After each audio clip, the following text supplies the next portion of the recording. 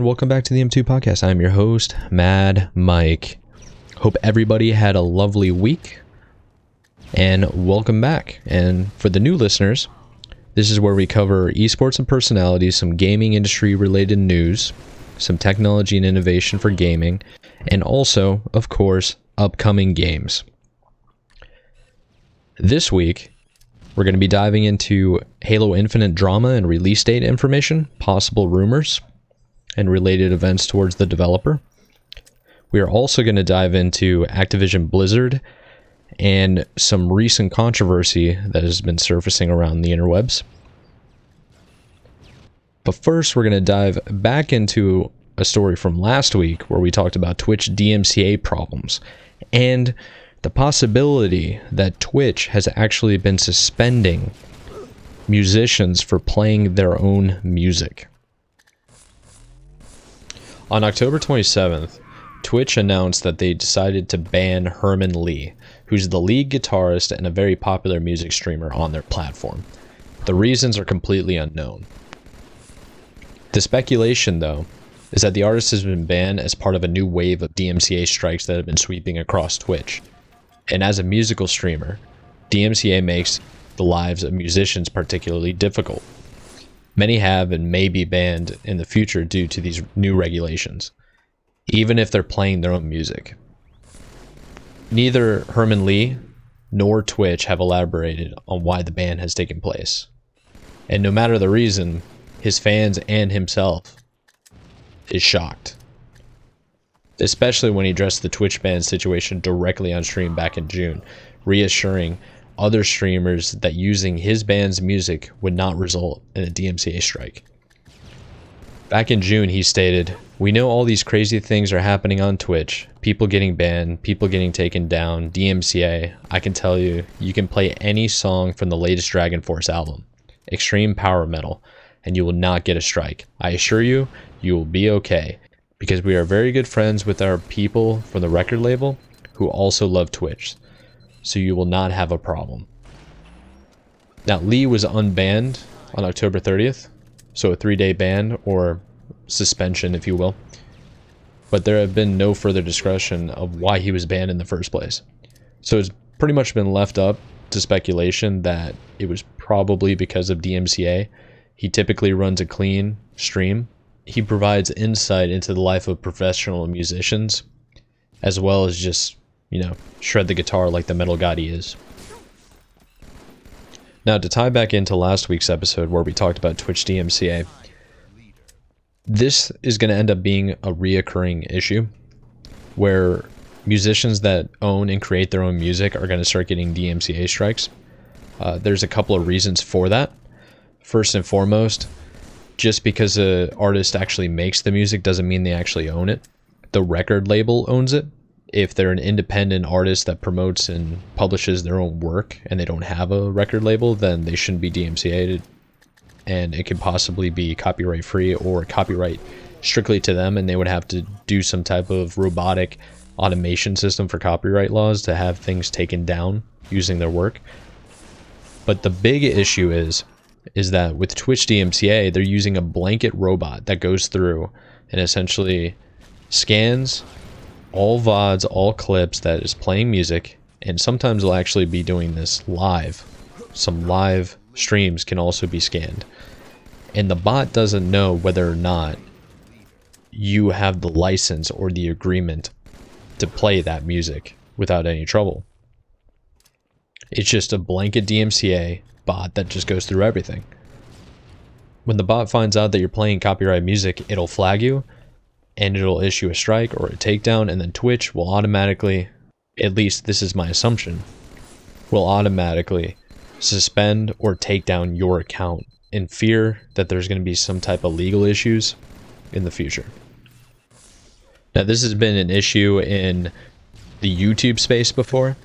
There's also a gamer or streamer or content creator that is also a frontman for the band Panic at the Disco, Brendan Urie. In his videos, he typically will play music from Panic at the Disco. He owns the music, and he has an agreement with his own record company or label to play the music whenever he wants, but because that label is under an overall umbrella of these copyright DMCA bots, it got struck down, and he had to go through an entire legal process to essentially say, hey, you can't strike me down for copyright claims when I own the music in the first place. It sounds insane, it sounds ridiculous, but it's just part of the process. So if anybody here is actually thinking about going out and buying a radio license for a live stream, you're going to have to jump through tons and tons of hurdles to let whoever knows that makes these bots that you actually have the rights to do live broadcasting of copyrighted music. And it begs the question, is it actually worth it? Or should you go out and just try to find non-copyrighted music to play in the background of your stream? Now, if you're a musician and you're covering music, that's an entirely different issue that I'm not capable of even crossing over yet. But this is going to be a continuing problem until the laws are changed or until there's some other type of solution that happens. Clearly, it'll be a developing story. Moving on to our next topic, we're going to talk about Halo Infinite. Now, this topic is pretty close, near and dear to my heart. I am a massive Halo nerd, and in the future on these podcasts, I do intend to have some Halo special. But for right now, we're going to talk about Bloomberg's recent article that they published on October 28th. Jason Schreier. He wrote, Microsoft's new Halo game loses top director after project delay. Chris Lee, who oversaw production of Halo Infinite at 343 Industries, which is developing the game for Microsoft, is no longer working on it. He confirmed to Bloomberg News on Wednesday. Lee is the second top director on the project to leave in the past 2 years. He said, I have stepped back from Infinite and I am looking at future opportunities. I believe in the team and am confident they will deliver a great game, and now is a good time for me to step away. The article goes on to state, the highly anticipated next Halo installment was originally slated to come out alongside Microsoft's launch of its next generation Xbox Series X console in November. The game was delayed in early August, however, following poor fan reception to an early public version. Lee's role was sidelined a few weeks later, and Microsoft brought in Halo veteran Joe Staten to lead the single-player campaign, and another senior executive, Pierre Hinze, to run multiplayer. Now, for those not involved in the Halo community, the Halo community has been pretty divided since the release of Halo 4 and Halo 5 after Bungie moved on to create the Destiny series, and 343 was formed to take over the helm of the Halo franchise or series. You have an entire fan base that is still playing the old school style of Halo games of Halo 3, even Halo Reach in some areas, Halo 2 and Halo CE. They still compete in it regularly, and the game is more based around what you would call classic shooter mechanics. Base movement speed, base jump speed, and jump height, and also power weapons on the map for map control. Now, Halo 4 and Halo 5 are drastically different because they involve more of modern mechanics. So you'll have sprint, you'll have thrusters, you'll have sliding abilities, you'll have clamber or climbing up edges. And a lot of people in the Halo community, at least the old veterans, claim that Halo 5 and Halo 4 isn't really Halo to them. Whereas you have an entire new generation of gamers that are coming up and playing Halo 4 and Halo 5 for the first time, and they're very, very excited for Halo Infinite. But what the overall Halo community does believe in is that Halo Infinite might be the last-ditch effort or chance for 343 Industries to garner the respect of the old school fans that are still playing Halo 3, Reach, and 2, CE and all that stuff, and also retain the normies that are playing Halo 5 Guardians and Halo 4. So to hear that 343 Industries is letting go top developers and studio heads in the midst of development is very worrying and very concerning. We've seen this happen with other top developers, and actually a good comparison that I just thought of is Bungie. When Bungie left Microsoft to go create Destiny, they also went and signed a contract with Activision. The problem is that Activision came in with their executives and basically said, we don't like the way your story's going. And they ended up kicking away their story writers and their story leads. So that's why when you play Destiny 1, the story doesn't make any sense. You don't know if you're the villain or the people that you're shooting are the villain. It's just completely a jumbled mess, and it doesn't make any sense. It was an overall good game mechanics wise, and it was gorgeous, and Destiny 2 is even better, but the story of the actual game, the life and the blood of storytelling in a video game, wasn't there. And that seemed to happen with Halo 5 Guardians, where the story didn't make a lot of sense. You had to go out and you had to read a book or a comic in order to get the full picture of the story to understand what was going on. But the overall game was actually good. Now we're hearing that the studio head's gone. They just hired a new multiplayer director and a campaign director. This late, when the game's supposed to be coming out technically next week when the console launches, but it was postponed to some date, is very concerning. To pile on the concerns, Halo Infinite, which is a game that they're expecting to be launched for free, a free-to-play game, is also going to have microtransactions in the form of cosmetics. Now, Halo Infinite and 343 Industries are essentially calling these cosmetics coatings. They're designs or colors or paintings that are going to be on your weapons, your vehicles, and your player skins. And when they announced it, Twitter and the overall fan base started to freak out and automatically assumed that these were going to have massive microtransactions or paywalls behind it. Whereas traditionally, in all the other Halo games, the more you played, the more you unlocked. So there was an actual reward for playing more. The outcry was so loud that Microsoft had to assure fans that customized items can also be earned through gameplay. Community manager John Junizek, hopefully I pronounced his name correctly, he posted to Twitter. What he said was, there will be all kinds of customizable options and items, including coatings that can be earned in-game and earned as special rewards. And he said, will there be purchases? Sure. Is that the only way? Absolutely not. Now here's the weird thing. We have known for years that Halo Infinite is going to have microtransactions.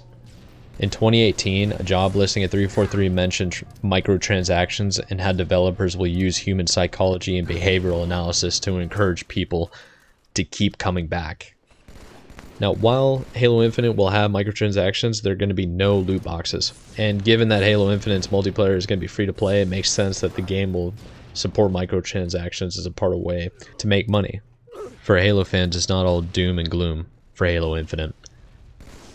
There will be multiplayer skins that you can purchase through sugary snacks and also shopping at GameStop. I know that, for example, Monster Energy, they do have XP and unlockables that you can gather before the game releases in 2021. And speaking of the release date, a prominent Xbox insider, Slobreel, I believe his name is, on Twitter, she recently revealed that Halo Infinite is more or less content complete. And as a result, 343 Industries is fully focused on technical aspects of the game. Meanwhile, the insider also noted that they absolutely expect the game to release sometime in 2021. Unfortunately, there's no real telling exactly which date that would be, seeing as how the game was delayed about a month out prior to the official release of the Xbox Series X, because this game, Halo Infinite, was supposed to launch with the console.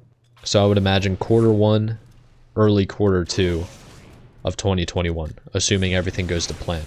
But because of the new studio head and the new changes of upper management, there's no real telling how this game is going to turn out. all you can do as a Halo fan, and all I'm going to do, is just hope for the best. Not worry too much about microtransactions. It's a free-to-play game. Just try to have fun. Now, to dive into another studio, one that's incredibly well known, Activision Blizzard. I couldn't decide whether or not I wanted to talk about how Activision Blizzard made $1.2 billion from microtransactions in just 3 months, or if I wanted to talk about how Activision Blizzard needs to hire 2,000 more employees after mass layoffs. So I figured let's just go ahead and talk about the financials first, and then we're going to dive into why they need to hire 2,000 more employees. If for some reason you stumbled upon this podcast and you have no idea who Activision Blizzard is, they're the ones who created Call of Duty, Guitar Hero, Tony Hawk even, Hearthstone, Heroes of the Storm, Overwatch, StarCraft, Warcraft, and even Candy Crush Saga.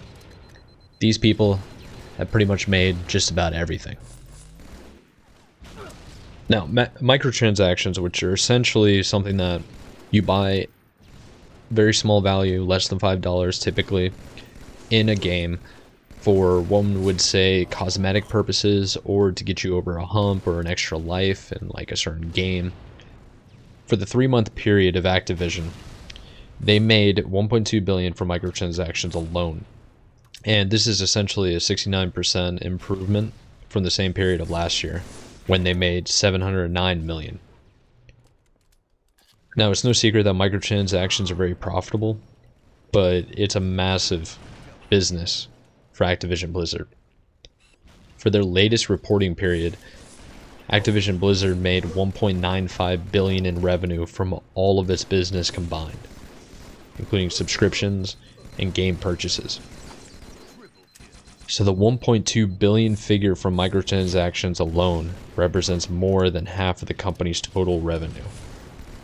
Now, Activision's Call of Duty franchise was a bright spot on microtransactions. The microtransaction sales of Modern Warfare and the Battle Royale game, Warzone, were 4 times higher than the same period last year. Now, the growth is going to be expected because pretty much everybody and their mother, being stuck at home, has been playing that game. All the streamers are playing it. It's one of the highest viewed content on YouTube, Facebook Gaming, and Twitch. And additionally, Activision reported that Modern Warfare's first-year sales are the highest in Call of Duty history, and 2/3 of the sales came digitally.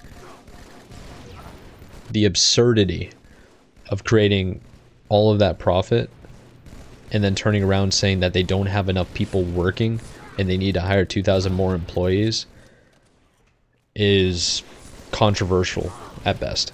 Now, the reason it's controversial is because the problem is that a large number of those people weren't directly involved in making the game. At least, that's the assumption. Now, a lot of people essentially break the entire industry down to a developer and non-developer type of employee. Now, there are developers like programmers, artists, animators, and stuff like that that are one part of the game. But the other part is the localization element, or a core element of development for non-English versions of the game, or customer support, which is essential for those who play games that are online based or online focused. Then you have the parts that get the game to the store and get the word out to people, the marketers, the PR people, the community development, the release managers, the label managers, the marketing, the release coordinators, and more. The real issue here is that the reason these people were laid off in the past and why, in the future, you'll see even more huge layoffs, is that Activision Blizzard management is short-sightedly abysmal. They've been falling apart for the better part of the last 5 years.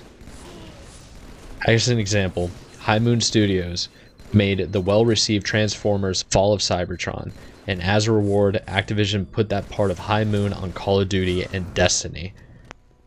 The other part of the studio released Deadpool, and then Activision Blizzard laid off 40 employees. Now the studio gets to support Call of Duty until it's eventually shuttered as well. This one cuts deep for me, because a lot of people never played the Transformers, Fall of Cybertron, War of Cybertron, and all these other types of games. They were really, really, really well done. I love them. I still love them. I still own them. I would still play them right now. But the moment Activision Blizzard went and bought them out, they essentially just diversified their developers and sent them off packing to go do some other project, instead of creating something that I truly enjoyed and leaving the fans behind. Another example is Toys for Bob and Guitarist Visions. They put on Skylanders until Activision Blizzard helped to kill the toys to life genre through consistently pumping out more and more, much like how they killed the music game genre by releasing a new Guitar Hero roughly every 10 weeks. Layoffs did occur, the only benefit now being that Toys for Bob have made the new Crash Bandicoot game after the success of Crash and Spyro remakes. Guitarist Visions may get a chance to make a new Tony Hawk's, thanks to the success of the recent remaster, but this success is likely the only way they'll remain open as an independent studio. Now, one of the things that Activision Blizzard has essentially been doing, and a lot of these big developers have been doing, is going out and they're finding smaller indie developers or smaller studios that create quality products. They know exactly what their vision is. They have an overall size goal. They come in, they buy them out, and they say, yeah, we'll let you do whatever you want. We like what you're doing here. You'll be fine. No problem. And they let them shoot something out without having enough time or resources. It turns to crap, and when it eventually bombs, they close the studio. They send the quality developers, the top tier talent, to go work on their other games that are more successful or more established, and then send the rest of them packing. Now, if you're thinking I'm being dramatic here, I don't think I am. Neversoft, the one who single-handedly had to pump out 8 annual Tony Hawk games until 2007, eventually had to move their entire resources to go do Guitar Hero or Rock Band or whatever it was, from those games from 2007 and 2010. And then Activision pretty much murdered that genre, and then Neversoft had to go out and support Call of Duty until they were eventually closed.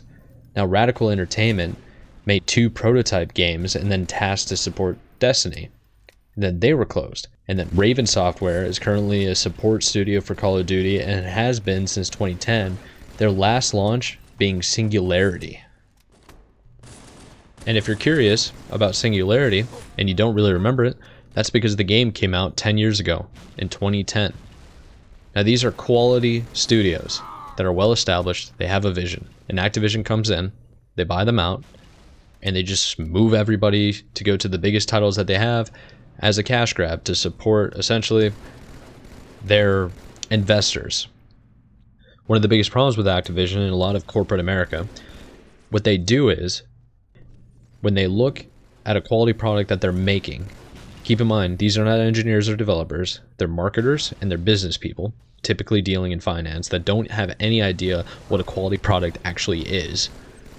They come out and they basically say, okay, what's the bare minimum that we can have that will actually push out a product where we can make enough money? And they say, okay, cool. Get rid of everybody else as quickly as possible. It doesn't matter where they go. They'll figure it out on themselves. And then the moment things start to backtrack and they need the help, like what Activision's doing right now, where they need to hire 2,000 other people to meet these demands of all these other games going on, what they're going to do is they're going to hire other people, probably less experienced, definitely not the same people that they let go, and they're going to pay them less. I've seen this happen, especially in call centers. They do this all the time, where their only real expense is their salaries that they pay people to work for them. And the quickest way to get rid of their expenses is to fire people that are upper level, promote people under them, and give them a minimal pay raise, so that somebody that's really there for 3 to 5 years, that gets into a position where they should be getting paid like they're been there for 10 or 15 years, that the guy that just got kicked out was getting paid for, they'll pay him half that amount so that they reduce their overall expenses. But the problem is you lose quality in the product. But I don't think they realize that, nor do they care. All they look at is the financials and the numbers, because If you're an investor, all you want to see are the revenues going up, up, up every single quarter, no matter what. And the moment it doesn't go up, somebody in upper management or on the executive level ends up getting fired or replaced and moved to the side, just like everybody else. I think one of the saddest things is the people who work for these companies, not Activision per se, just in general, if you're under these kinds of situations and you constantly see people around you getting laid off and then finding out less than 2 years later they need to replace their position because they were actually quality, it does not garner any type of loyalty nor respect for the company that they're working for. They lose trust in the overall management and the decision making that's going on in the business. And honestly, they're probably looking for a new place to work. I know I would. If I saw like one of my upper managers who I really liked get fired because he makes a bunch of money and he's been here for a while, and then get replaced with somebody that isn't as well qualified. And not only that, we lose our coworkers that are sitting next to us day to day, and the production doesn't slow down. So now I'm at continual time crunches. I'm working myself to death. My pay raise doesn't go up. Like, that's just not how, that's not business. It's bad business, and it will eventually fail. But until then, people are going to keep buying the products. They're going to keep dishing out crappy products with substantial updates at the end. And it's so sad because Activision in particular, even probably more so Blizzard, was so well loved and romanticized over by the entire World of Warcraft fan base, even the Diablo series. And it's not to say they push out quality crappy products. It's just they're just making ruthless business decisions and not taking the people who work for them to heart, or what they might consider. And it's super unfortunate. Alright, so I believe that's enough rambling for one episode. I want to go ahead and extend my sincerest thank you for everybody that's been listening. I do appreciate it. I do notice the numbers going up, and it's awesome to see. If you want to contact me directly on social, my @ is @MadMichaelIchio. The U is the letter U. Everything's all one word. Contact me on pretty much any social you can possibly think of. I'm on it. There will also be a link to the Discord. I recommend you guys join. I want to get more and more people involved in the Discord, to have more regular conversations, and to just overall see what everybody thinks about what we're doing here and the types of gaming industry shifts and the momentum that's going on. It's actually a really exciting time. There's a lot of new innovation coming out, and I'm looking forward to it, especially the new games. So anyways, we're going to sign out. Thanks for listening. Hope you have a fantastic and wonderful week, and see you later.